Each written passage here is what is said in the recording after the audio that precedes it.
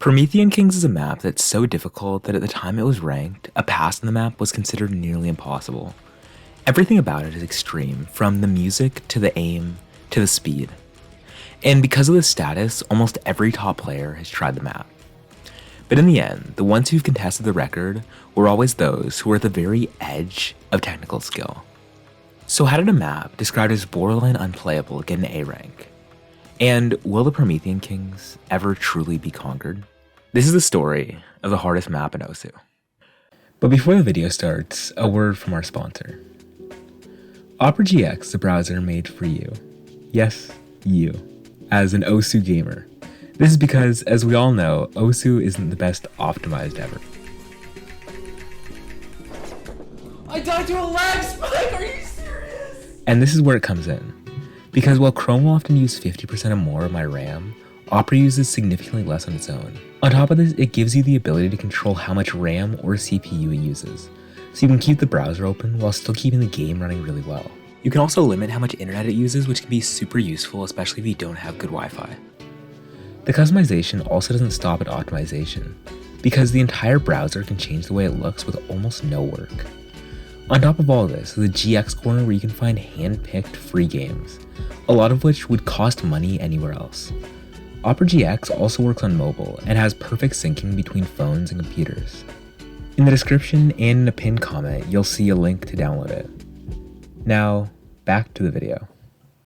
Promethean Kings was submitted on July 11th of 2016. And whenever a map as boundary pushing and as unprecedented as the Promethean Kings is pushed for rank, it has to go through a lot. It was guaranteed to be put under a lot more scrutiny than the average map, and there was a chance it would be considered unrankable even if it was mapped perfectly fine. Because there's a reason that difficulty is so unusual.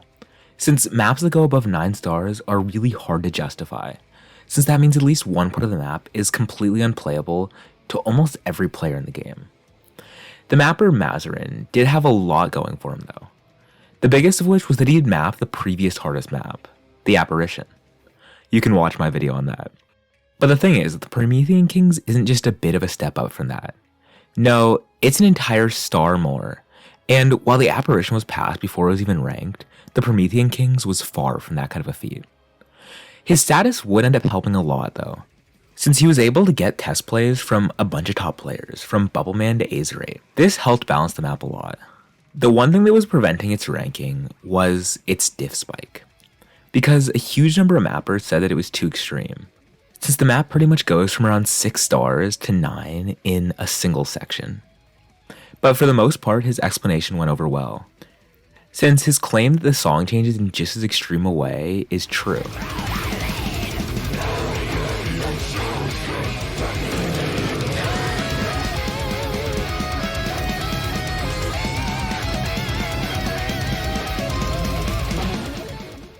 This would also lead to the map being qualified less than 3 months after it was submitted, and then ranked without a ton of issues.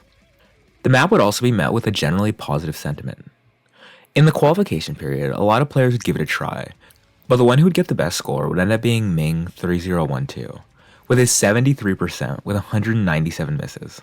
To understand this play, let's take a little bit of a look at the map. The first 1800 combo are by far the easiest, and despite a few fast parts and a lot of weird rhythms, most of the players of the time could play it. And the first 1000 combo was pretty consistently comboed. But after the 1800 mark comes the 260 diff spike. Now, this part is both difficult because it requires insane speed and aim, but also because it has some patterns that require insane finger control and aim control on top of that. The section also lasts for a very long time. And there are a couple parts of it that actually do border on unplayable. And because of all these reasons, the map really did stand out. Because of the way the map was structured, there were a couple of common goals between players. Either to combo the most of the easiest part and don't worry about miscount, or try and get the best run on the hard part in an attempt to set a feat of technical skill.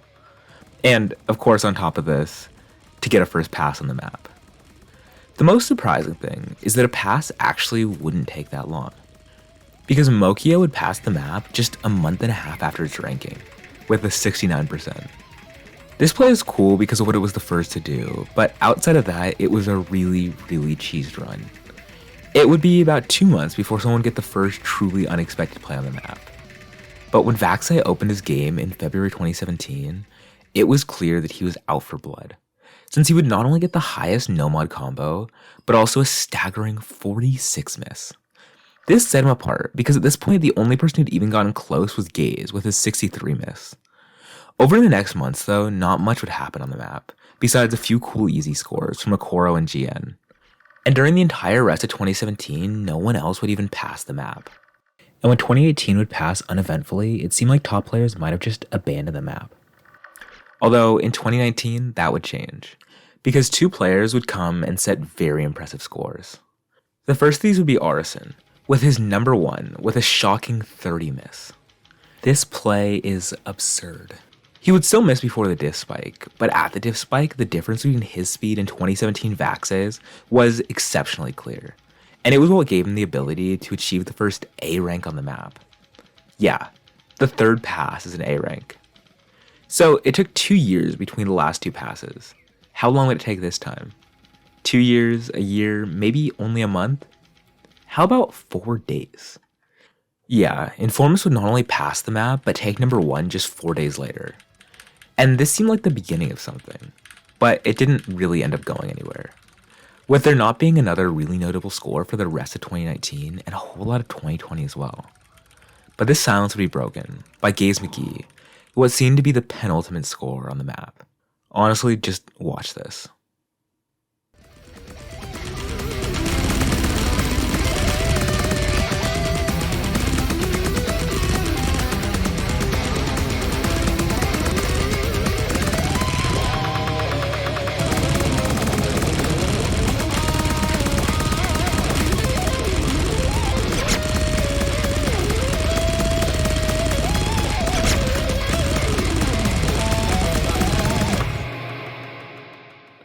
His 1800 combo, 96% 31 miss pass.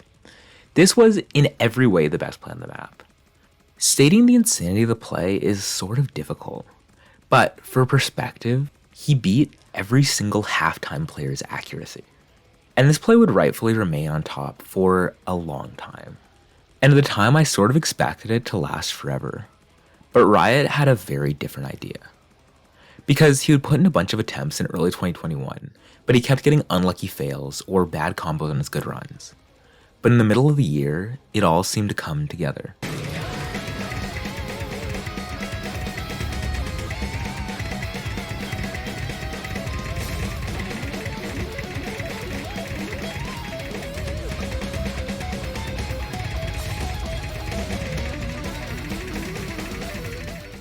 This run is nuts, just for the miss count alone, nearly getting 10 less misses than even Arisen.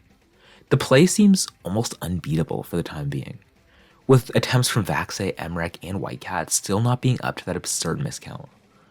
But I still don't consider this the most impressive play on the map.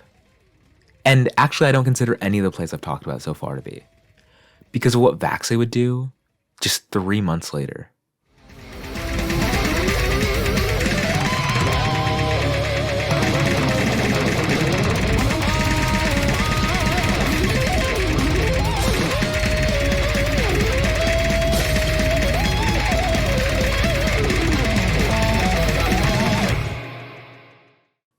A Promethean King's 38 miss with Hard Rock.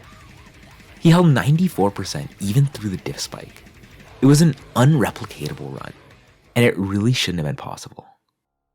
Promethean Kings was for a very long time the hardest map in Osu, and to this day it's still one of the hardest, and it shows. A 30 miss is still seen as a monumental score, and it set the benchmark for the peaks of player skill. And it also started the trend of ranking extremely difficult maps. The best of the scores on the map really do represent the best of what the game has to offer, and I think that's pretty cool.